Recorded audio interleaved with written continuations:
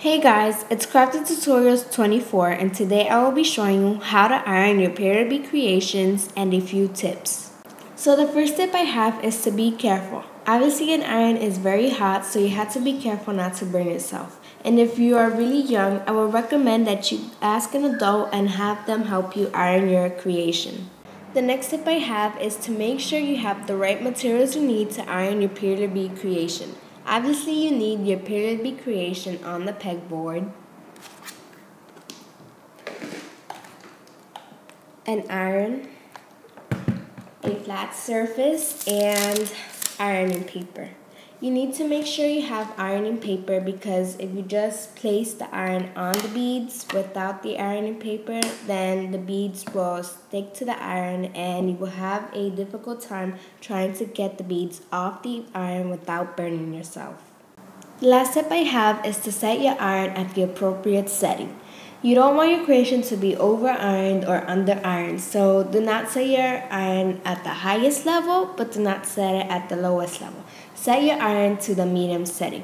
Some irons have numbers on it and some irons have labels on it, like wool, silk, linen, and cotton, I think.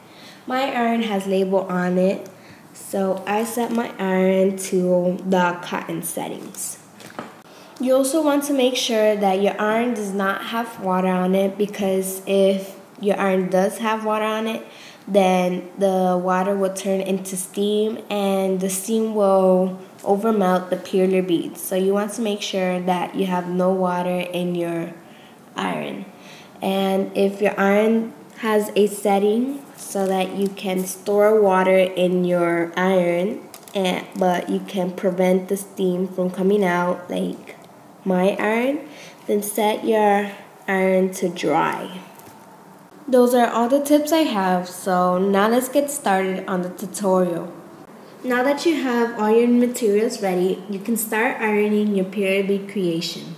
You want to make sure that you iron your Perler Bead creation in a circular motion and that you iron it evenly. And I don't really time for how long I iron my creations, but a good tip will be 10 to 20 seconds depending on your iron. And once you iron one side, you want to iron the other side evenly so that your Perler Bead creation will be more stable and harder to break.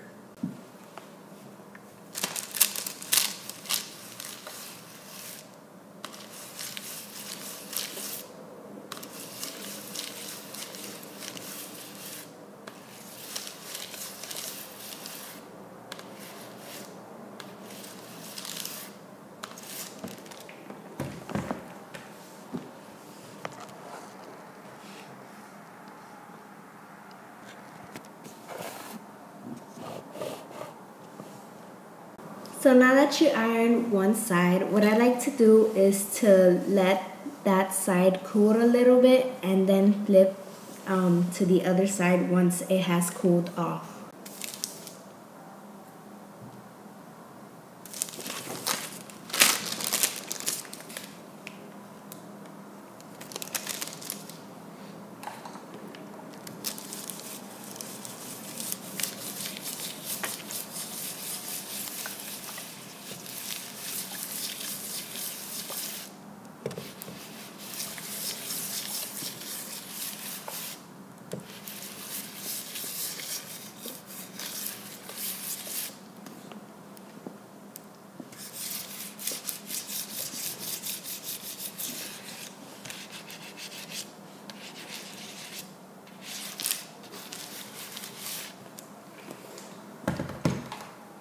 While my creation is cooling off, I like to put a book or a notebook on top of it so that the creation can be flat.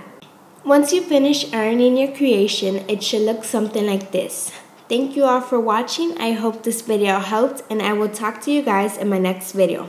Bye guys!